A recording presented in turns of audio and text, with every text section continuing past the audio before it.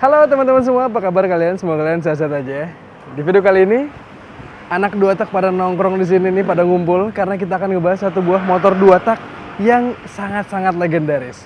Motor ini asalnya dari Italia sana dan tanpa perlu banyak kali lebar, yuk langsung aja kita bahas bareng-bareng. Bersama gue Visi bilang, ini dia Cagiva Mito 125 tahun 2000.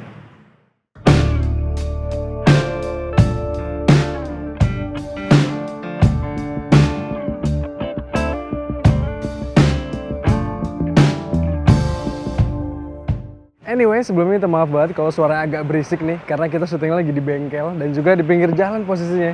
Jadi kalau nanti agak ada suara ketrok-ketrokan, kita minta maaf ya.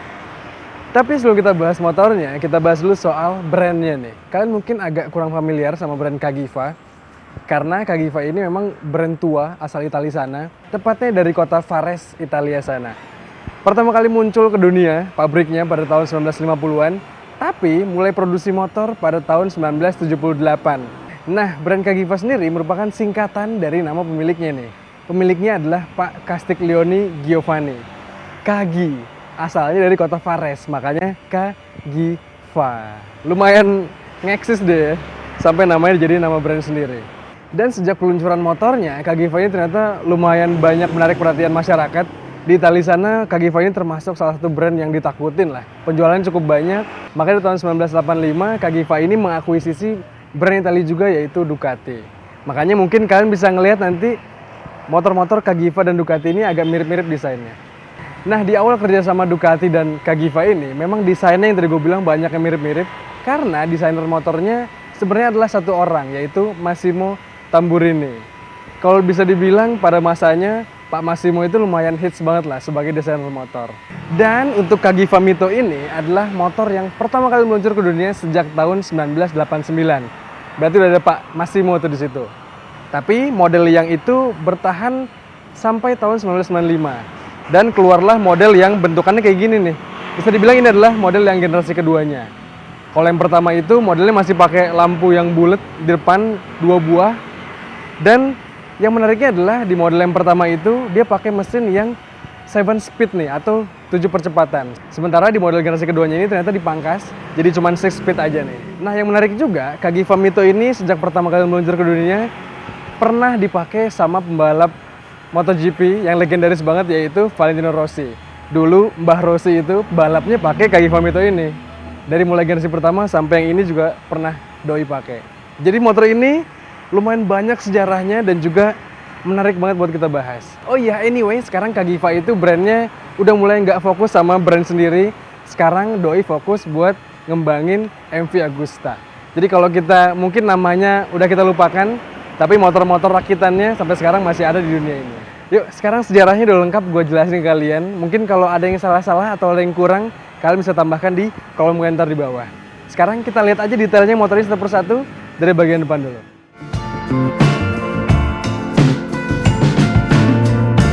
Anyway teman-teman, motor ini adalah motor yang kita pinjem dari Bintaro Second. Kalian bisa lihat Instagramnya, kalian cek, motor-motornya keren-keren banget. Kita pernah nge-review Honda NSR 150 SP yang juga gue pinjem dari dia. Kalau kalian penasaran, jangan lupa follow Instagramnya. Sekarang kita balik ke Cagiva Mito 125 ini. Ini adalah motor yang tahun 2000 yang tadi gue bilang ya. Tampilannya jadi lebih sangar, lebih keren tampilannya. Ada desain yang mirip banget sama Ducati 916 di motor ini. Karena desainernya pun adalah orang yang sama, makanya mirip-mirip.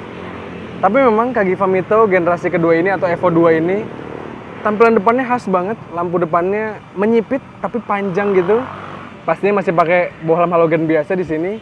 Dan bentukan fairing depan, tampak sampingnya pun ini adalah khas banget motor yang Itali banget nih. Tapi sayang memang Cagiva Mito yang kita lihat ini adalah yang warnanya kuning nih. Mungkin kalau gue punya motor ini, langsung gue repaint warna merah nih. Jadi memang motor Itali banget ya. Tapi kita balik lagi ke sini, motornya tetap indah, tetap cantik tampilannya. Perpaduan antara warna kuning, putih, dan juga ada aksen karbon di sini yang mempermanis tampilannya. Turun ke bawah, kita lihat kaki-kakinya. Ini yang gak kalah spesial dari Cagiva Mito nih. Sok depannya pakai upside down, fendornya dari Marzocchi. Wah, kalau kalian para pencinta motor-motor Itali pastinya tahu kualitas Marzocchi nggak bisa diragukan lagi. Sok depannya ini asnya lumayan tebal, yaitu lebarnya 40 mm dan juga jarak travelnya ya khas motor-motor sport fairing. Jarak travelnya 120 mm. Jadi nggak terlalu tinggi ala motor-motor naked, tapi lebih rendah supaya lebih enak handlingnya. Untuk bagian kaki depannya, di sini pelek depannya masih pakai standaran peleknya, ukuran ring 17, pakai ban yang profilnya pun profil yang sama aslinya, tapi bannya udah diganti pakai Batlex S21 yang ukurannya 120/60. Nah, yang menarik nih, di depan sini walaupun motor yang hanya 125 cc, tapi pengeremannya dijaga banget. Dia pakai kaliper 4 piston dari Brembo. Dan juga diameter discnya gede banget, yaitu 320 mm. Jadi pastinya kalau walaupun motor ini liar tenaganya ngebut banget, tapi dijaga banget sama pengereman yang speknya segini nih. Nah, dari depan memang tampaknya adalah tampak yang paling cakep dari motor ini mungkin ya. Masih original semua, masih belum banyak ubahan yang dilakukan sama milik sebelumnya, kecuali dari ban di Remajaya aja. Tapi masih benar-benar keren banget nih. Sekarang kita geser, kita move on, kita balik ke samping dan kita lihat detailnya ada apa aja.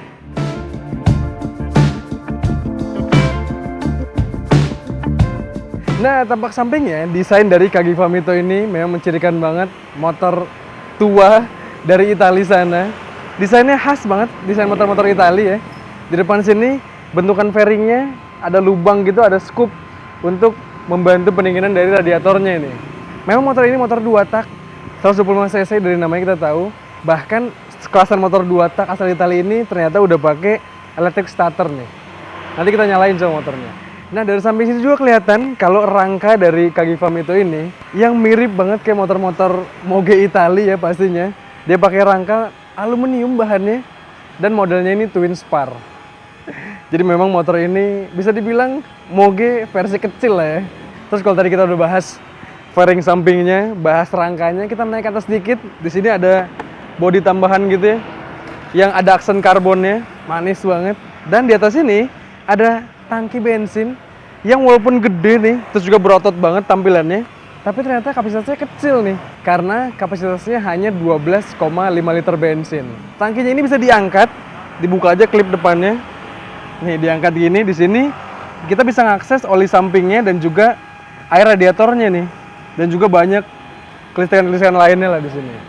Nah, dari tangki kita geser ke belakang, joknya pastinya tipis banget nih. Walaupun memang space-nya lumayan gede, jadi kalau mungkin mau rubah-rubah posisi duduk, pastinya bisa banget.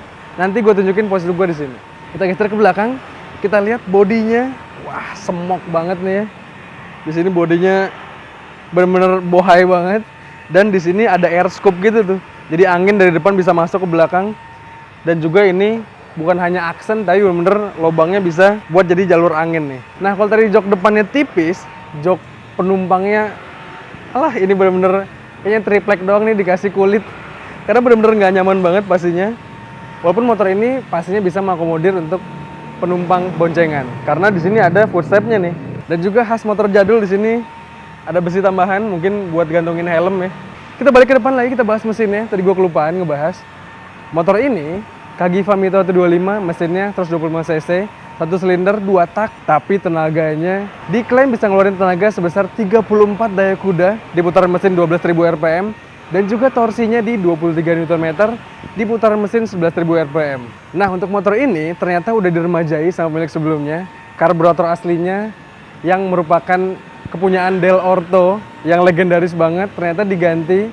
Sekarang pakai karburator yang dari Airstake, ukurannya 34 mm.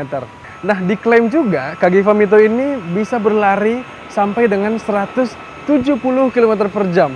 Nah, terus juga khasnya motor-motor 2 tak, kalau Honda punya RC Wolf, kalau Kawasaki punya Super Kips, kalau Cagiva ini punya Cagiva Torque System.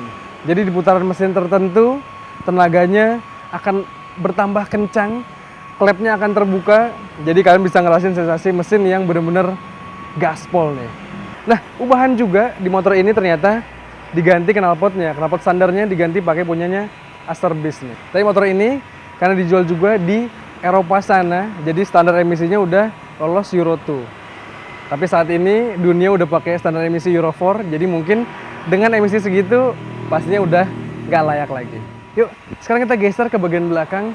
Kalian harus lihat tampak belakangnya, dan gua akan jelasin juga detail apa aja yang ketempel di bagian belakang ini.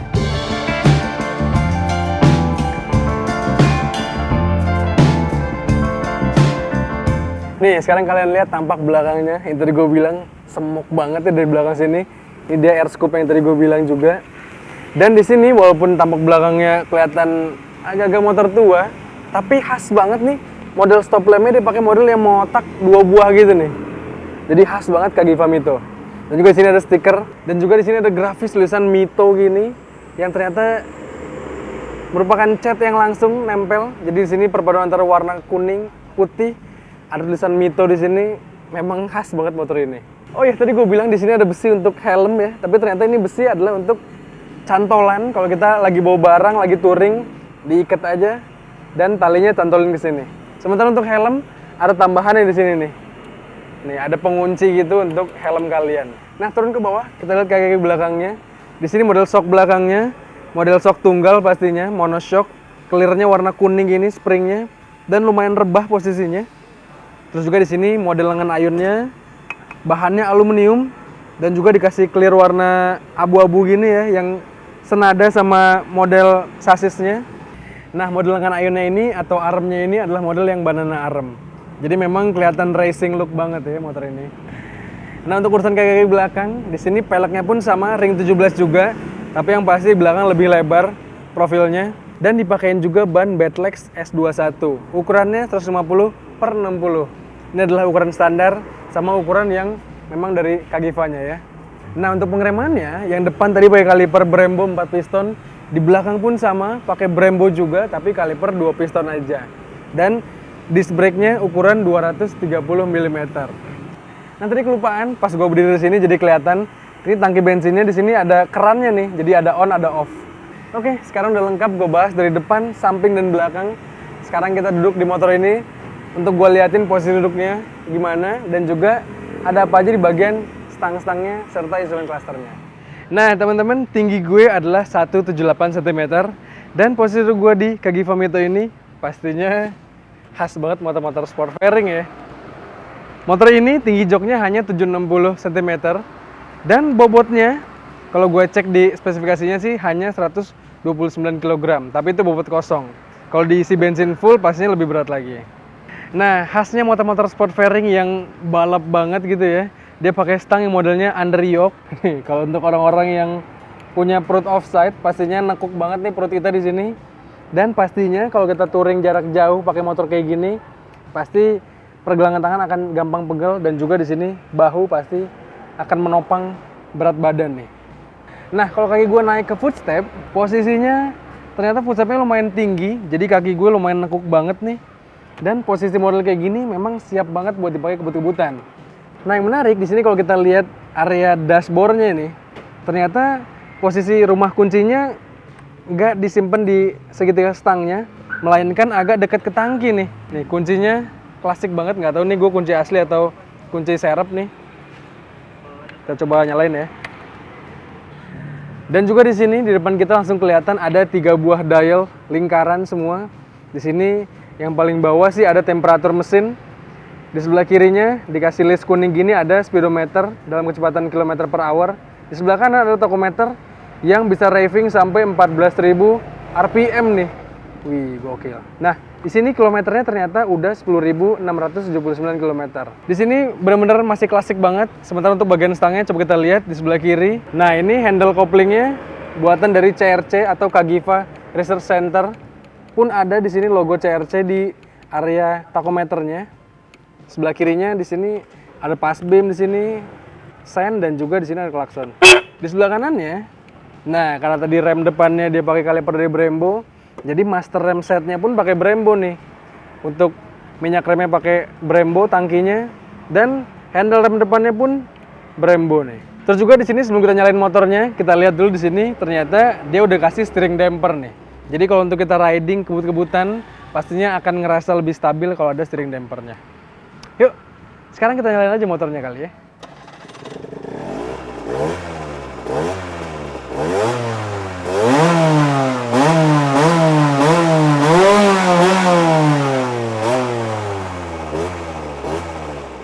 Nah, itu dia tadi. Memang mesin dari Kagifa Mito yang kita review sekarang ini masih grass banget, masih mulus banget.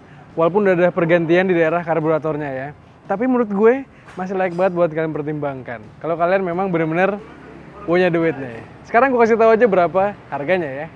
Nah, untuk Kagifam itu 125 tahun 2000 ini dijual sama Bintaro Second dengan harga 125 juta rupiah. Dan masih nego pastinya. Harganya sama cc-nya sama tuh.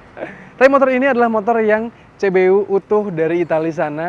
Surat-suratnya lengkap, papernya aman, bahkan pajaknya pun masih nyala.